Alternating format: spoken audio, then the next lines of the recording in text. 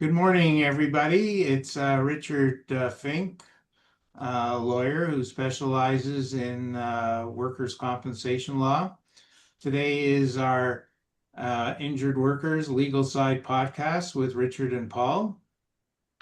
Hello, everyone. My name is Paul Taylor. I'm a licensed paralegal by the Law Society of Ontario. I have a specialization in workers' compensation and human rights law. If you want to reach out to either Richard or myself and be part of our podcast, you can contact us through the links below. This week's topic is our special guest, Mr. and I'm going to say it wrong, Mr. Ball, which was Richard Fink's client. Take it away, Richard. Yes, so Mr. Bell has a hearing loss, and I wanted to discuss his case because it brings out a number of issues when dealing with hearing loss disabilities at the Workplace Safety and Insurance Board of Ontario. So let me ask Mr. Bell some questions and then we'll go into a discussion. So, Mr. Bell, how old are you now? I'm 74 All right. And when did you first apply to the WSIB to compensate you for your hearing loss? in 1987. All right. And what was your hearing loss like in 1987? It was bad. And plus, I had a little noise in my ears. Was it bad in both ears or how was it? Was your hearing loss bad in each ear or just One ear, which is my right ear, wasn't that good. all right. The What left was ear, I do hear a little bit, but not. what was your job? My job as a tool die maker. All right. And how many years had you been a tool and die maker by 1987? Yes. How many years were you a tool and die maker? Okay, can you repeat the question, please? How many years did you do the job of tool and die maker? Oh, since I was 15. All right. And did WSIB accept or reject your claim? Yes, they did. Yes, in 87. They accepted it in 1987? No, they didn't accept it. No, They refused it. they refused it. Yes. All right. And when did you apply again? What And year? 2016, 15, I think somewhere All there. right. And why did you make another application I guess it would be 20, 30 years later? Because during that time, there was a lot of up and down in the economy. I was working here, there, everywhere as a contractor and all that in the aircraft industry, right? And I didn't have much of the time to go back to the doctors and all that stuff. Now, I did feel my grandsons was telling me that granddad, you don't hear. And then I said, well, okay, maybe there's a problem there, right? So I went to the WISP to apply. So you applied again. And I, do you I, think your hearing in memory, do you think your hearing got worse by 1908 by the yeah, 2015? well, it is harder for me to justify the hearing because somebody else will tell me because I hear my voice every day, right? But when I was in a meeting, I don't hear. When I talk to my friends, I don't hear much, right? So there was a problem. I thought, And did you apply when you applied again for the hearing loss, did it have an effect on your job? yes, it did. Yes, What happened? they terminated me. You got terminated. And this was because they found out you were applying? Yes, yes, because WSIB notified them that about my hearing and all that stuff, right? And the company approached to me and they asked me, "Oh, you is hearing?" I said, "Look, this is the old claim. I mean, it's not something." But that noise, that company was noisy place to work to either as well, right? Right. So they asked me to go.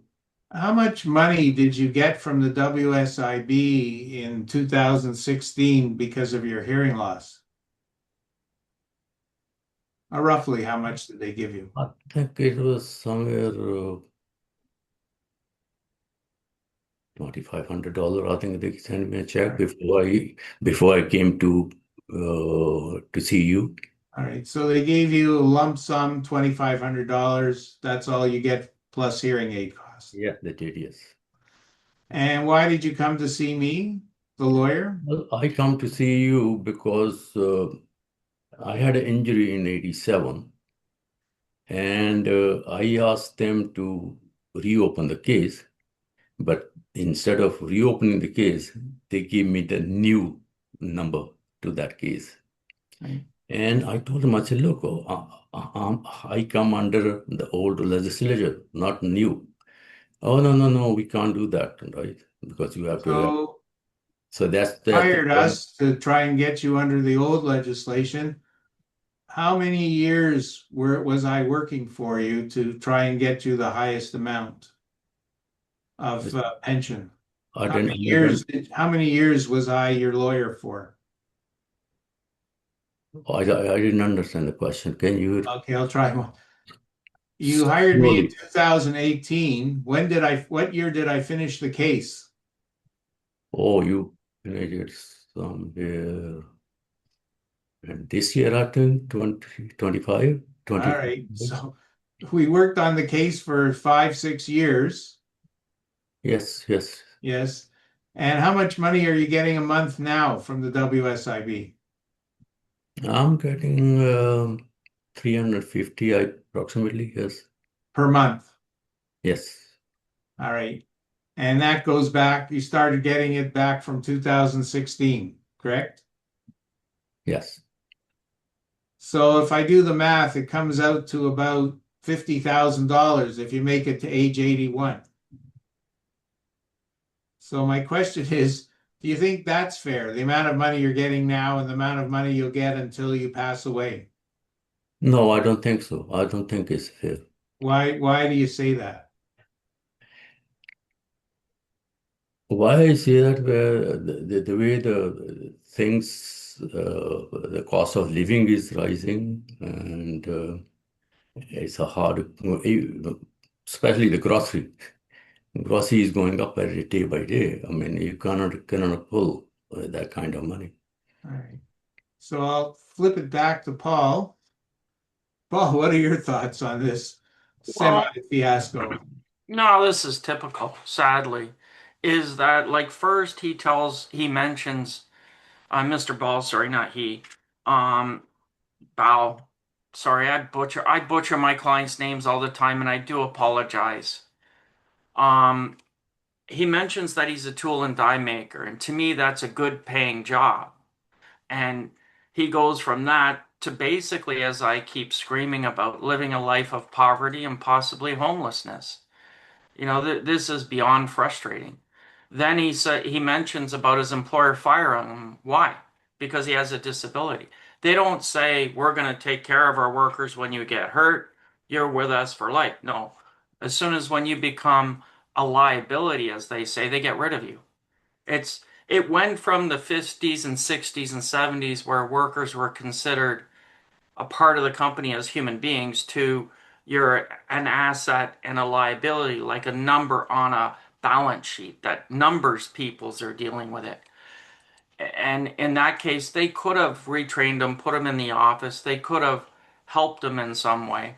The other fascinating question about how the WSIB always claims to be about workplace prevention is nobody mentioned his workplace, and I have no doubt because when I used to drive truck for a long time, unfortunately, I was unfortunately exposed to many of these work environments, and I can tell you, I don't even know his workplace, but I've experienced it in the sense of you walk in and these machines are going and it's loud and it's crazy.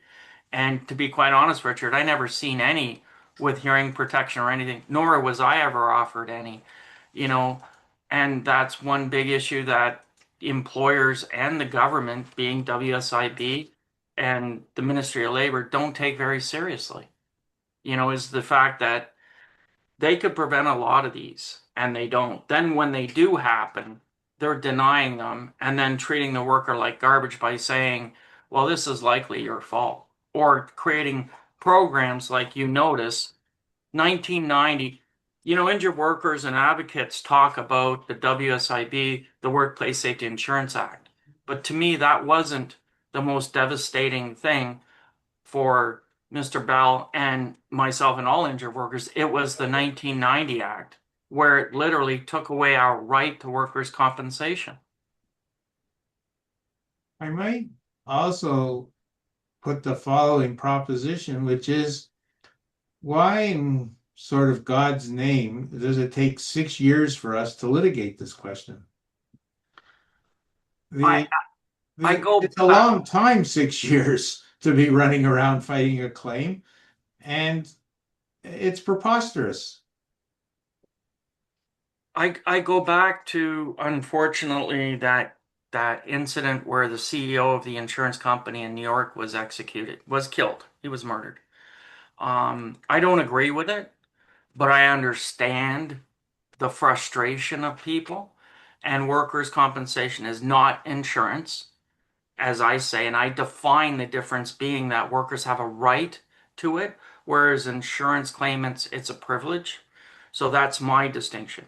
At any rate, there are very close parallels with the insurance industry. When you look at what the WSIB does, it is very scarily similar to US insurance. And it reminds me of that incident of, what do they say, the three words, and I can only remember two, unfortunately: deny, delay. And delay is the big one. And I can't remember the third one. Sorry. But yeah, that's why they do it, because they know the longer they delay you and deny you, eventually, hopefully, you'll give up. Most workers do, and they go on social assistance, taxpayer funded programs, like Ontario Works in Ontario, Ontario Disability Support, or private insurance. And the greatest thing is the WSIB doesn't have to deal with you. And they may sit there and go, Paul, you're lying. That's not true. Really? Look at their numbers. Richard, since when is it? 2018, they've shown record multi-billion dollar profits. They're sitting at about 35, 36 billion dollars. How are they getting this? And according to, I believe it's IWC or somebody, I can't remember who it is, since 2010, they've reduced employer premiums by almost half. So a profiting business like your model or my business model, we wouldn't survive if we cut our rates by 50%.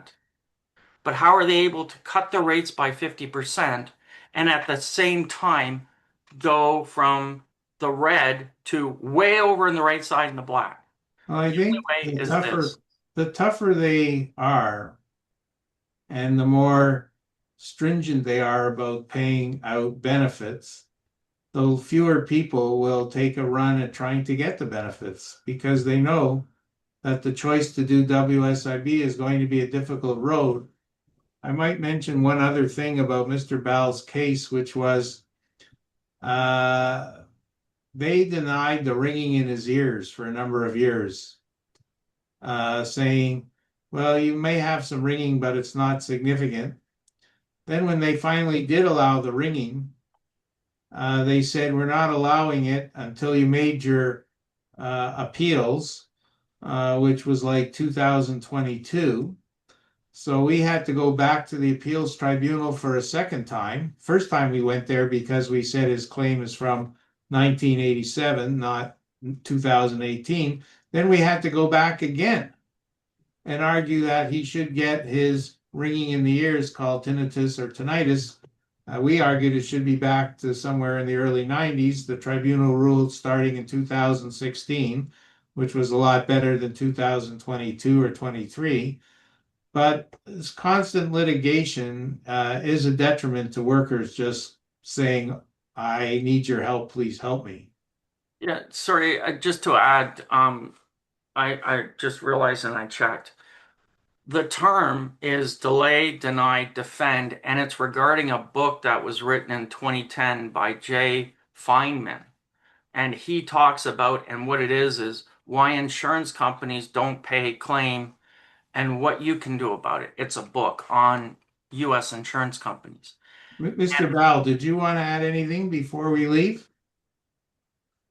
Okay, is it me? Okay. Yes, did Yeah, you have something to add?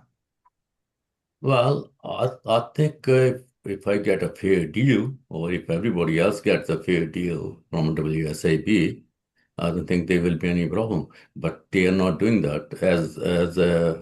Uh, uh, Paul said that they wanted to make you frustrated so you can go away with it, right? And they can get away with it.